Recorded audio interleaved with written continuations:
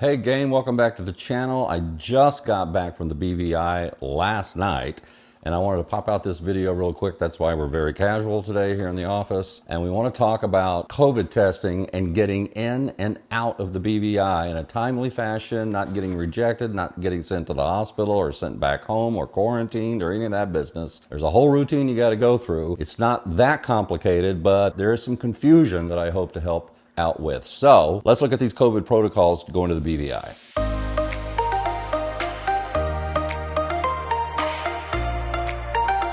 Okay, first of all, let me just say it was an incredible trip. Incredible, and I appreciate everyone who came up to me and said, hey, love your channel, love what you're doing. I mean, it was incredible. I don't know, I had like 30, 40 folks at some point come up to my boat and they're digging and say, hey, Hillbilly, love what you're doing. I was in the bass kind of crawling under a rock. I stood up and the guy stood right at me and goes, are you the Hillbilly on YouTube? It was awesome. So just met a lot of people. At one point in the pool at Scrub Island, there was like 23 people, subscribers and people who watch this channel. So I just really appreciate all you guys coming up and talking to me. I love it when you come up and talk to me, and it's great, and you offer advice and we talk about your trip. One thing I want to say is please write me back and tell me about your current trip or the trip you just had, and give me a review. Give me some ideas that I have not talked about. That way we can all keep sharing about our wonderful trips to the BVI. Okay, and finally, before I get in, I have notes in my hand because I don't want to get anything wrong about this, but finally, before I get into the COVID thing, I do want to say I was a little shocked by how many times you had to reserve a ball. Last time I was there 2 years ago, you only had to reserve a ball at Cooper Island. Now, it's like every location you should reserve one. You don't have to. There are plenty of white balls, which are first come, first serve. And it wasn't that busy there, so I think there was always a white ball to be had. But as it gets busier and busier and people come back, it's very smart to reserve a ball. And again, you go to bodyball.com. Now here's the catch. You are not allowed to reserve the balls until 7 a.m. the morning of. You cannot reserve them in advance. So every morning I just set my alarm, boom, phone rang, I opened it up, I reserved a ball within 5 minutes, went back to sleep. That's basically what I did every day. And I got a front row ball every day. You know, it's usually $30 if you get a first come, first serve. It's $40 if you do it on Bodie Ball, but at least you're guaranteed a ball and you can kind of select where you want to park the boat. So it was worth it to me. All right, let's go to the BVI. You go to bvitourism.com and on there you'll see a reopening tab. Go to reopening. And there they will describe and explain all the things you have to do in order to get in. It'll explain it if you're unvaccinated. It'll explain if you're vaccinated. What about kids of vaccinated parents? On and on and on. It describes different ways of doing this.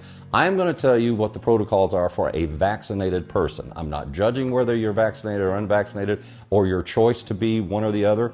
I don't care about that. That's up to you. But I'm going to tell you what it's like for a vaccinated person because that's what I am. And so that's what I know. And so that's kind of the protocols I'm going to give you. So I always go down to the tab of we're all vaccinated. We're all fully vaccinated. And so what do we need to do? When entering the Virgin Islands, a fully vaccinated traveler must provide, first thing you'll see is results of a negative PCR test or a rapid test no older than 5 days.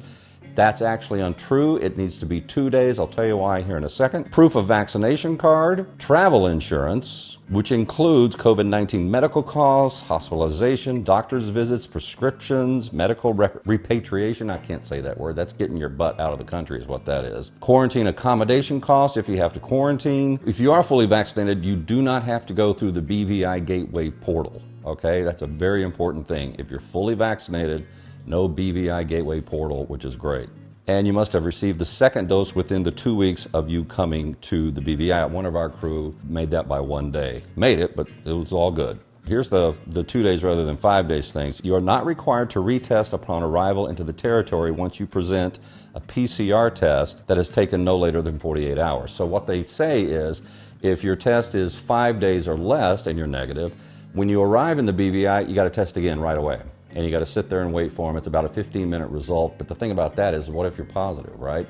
So if you just take your test and get your results 48 hours before you arrive in the BVI, then you don't have to take that additional test and you won't have that additional stress. That additional test cost me $55. I say it cost me because, darn it, the place I went to got the results back quicker than I thought I was going to get it. And I got the results back around 11 o'clock at night 3 days before. If I did 1 hour later, I would have made the 48 hours. But 3 of us actually, of the 6, who actually had to test once we got to the BVI. A little, hairy, but we were fine. Everybody was negative, so it all worked out well. Okay, but let's back up to when it said insurance. Everyone must purchase insurance to get into the BVI, and the insurance has to cover all of these COVID-related costs in case you come down with COVID, right? So there are many companies you can go to, AIG, there's a bunch of companies on the BVI Tourism website, they'll list some. I went with Alliance Insurance, and you can see here what I got. It was $314, and it covered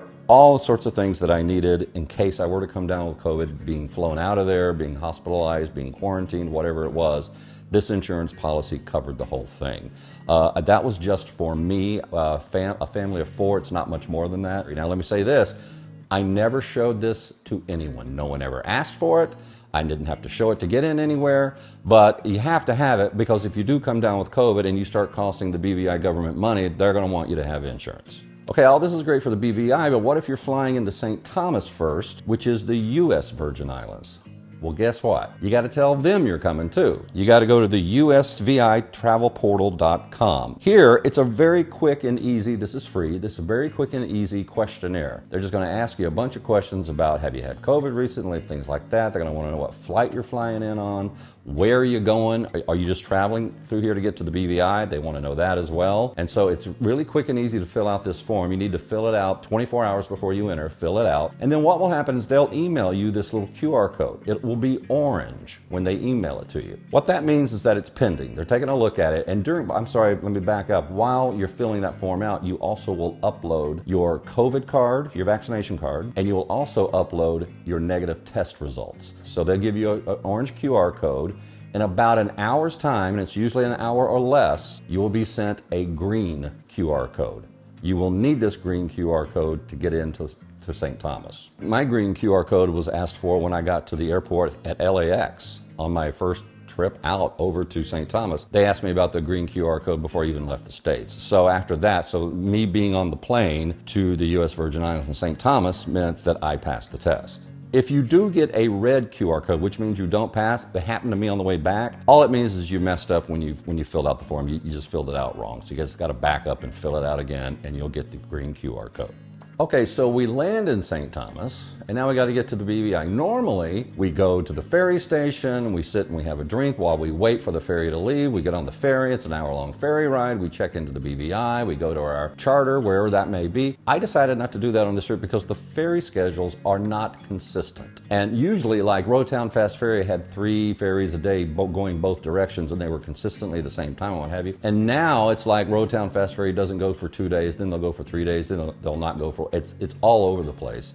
And so I decided to spend extra money and hire a private water taxi. So I hired Island Time Water Taxi. The great thing is they pick you up at the airport, throw your bags in a van, take you to Red Hook, immediately get out of the van, they take your bags, they put it in a boat, you get in the boat, and you leave immediately. It's awesome, right?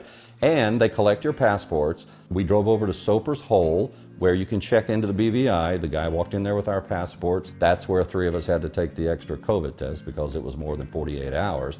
But pretty much right after that, we were checked into the country and we were done. We got there in 20 minutes. Think about that. Usually you wait like an hour or so for the ferry, then the ferry's an hour. So it's like a 2.5-hour process. This literally took about 30 minutes. So well worth the money. And then the boat just took us over to Nanny Key to Marine Max, where our charter was. It was quick and easy, and I highly recommend it. It's not cheap. Okay, let's just be honest. For a round trip for 6 people for Island Water Taxi, it was $1,200 plus fees, round trip. So total, it ended up being, let me look at my notes. In total, it ended up being around $320 per person round trip. If you took Rotown Fast Ferry, it's about $100 a person round trip. But again, think about the time and the quickness and getting in and out of the country. You don't have to wait for the ferry. So again, for a family of 6, for a private water taxi back and forth, it's about $1,920. For the Rotown Fast Ferry or a fast ferry or a ferry in general, it's about $600. So you're going to spend about $1,300 more. I just think it's worth it because you know you're going to get in and out of there, and it's really fast and it's simple and it's convenient, and they take care of your passports and your entry and exit out of the country. I think that's worth it.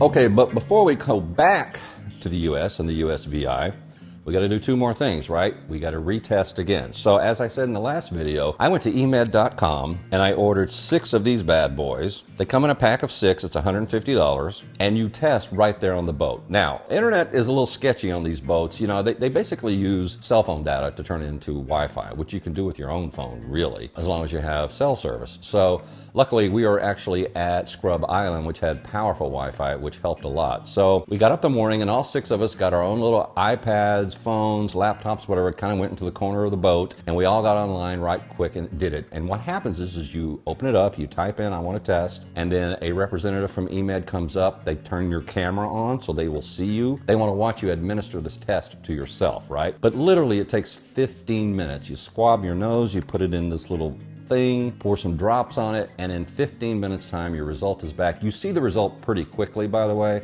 So if you're positive, you're going to kind of know right away. But you know, we were all negative, and so what happens is they then upload a negative result to your phone, and now you're good to go. In addition to that, you got to do the USVI travel portal thing again, because you got to get another green QR code. So go to USVI Travel Portal, fill out that whole thing, you'll get an orange QR code. Within an hour, you'll get a green one. And if you do that the day before, you're ready to go. The strange thing is we handed him our passports, and the guy at the customs never asked us for our green QR code, and he never asked us for our negative test results.